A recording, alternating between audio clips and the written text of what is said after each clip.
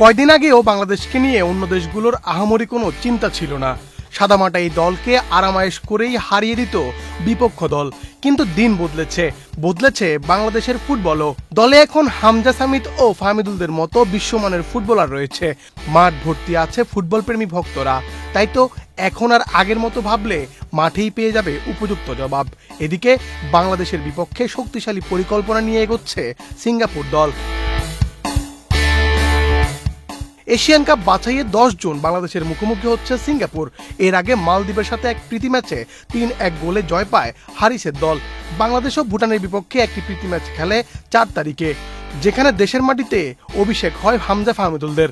সেই ম্যাচে দুর্দান্ত খেলেন হামজা চৌধুরী, বনে যান দলের অঘোষিত নেতা। হামজা সামিদ ও ফাহমিদুলদের মতো বিশ্বমানের ফুটবলাররা এখন বাংলাদেশ দলে। তাই তো সিঙ্গাপুর দল এখন হালকাভাবে নিচ্ছে না বাংলাদেশকে। নানা রকম ফাঁদ আঁকছে দলের কোচ সুতোমু ওগুরা। অতীতের পরিকল্পনা ঘাটলে দেখা যায় কাগজে কলমে একরকম আর বাস্তবে তিনি আরেক রকম ফরমেশনে দলকে খেলান। কাগজে কলমে কোচ সুতোমু 4-3-3 অথবা 4-1-4-1 ফরমেশনে খেলালেও বাস্তবে তিনি 4-2-3-1 ফরমেশনে দল সাজান।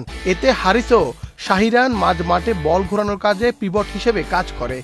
উইং থেকে আক্রমণে যাবে গ্ল্যান কেহ ও হারিস স্টুয়ার্ট, যারা দুপাশের উইংয়েই বদলা বদলি করে খেলেন। গ্ল্যান বাম পায়ে দ্রুতগতির খেলোয়াড়, যিনি ক্রমাগত আগেভাগে ক্রস দিতে থাকেন।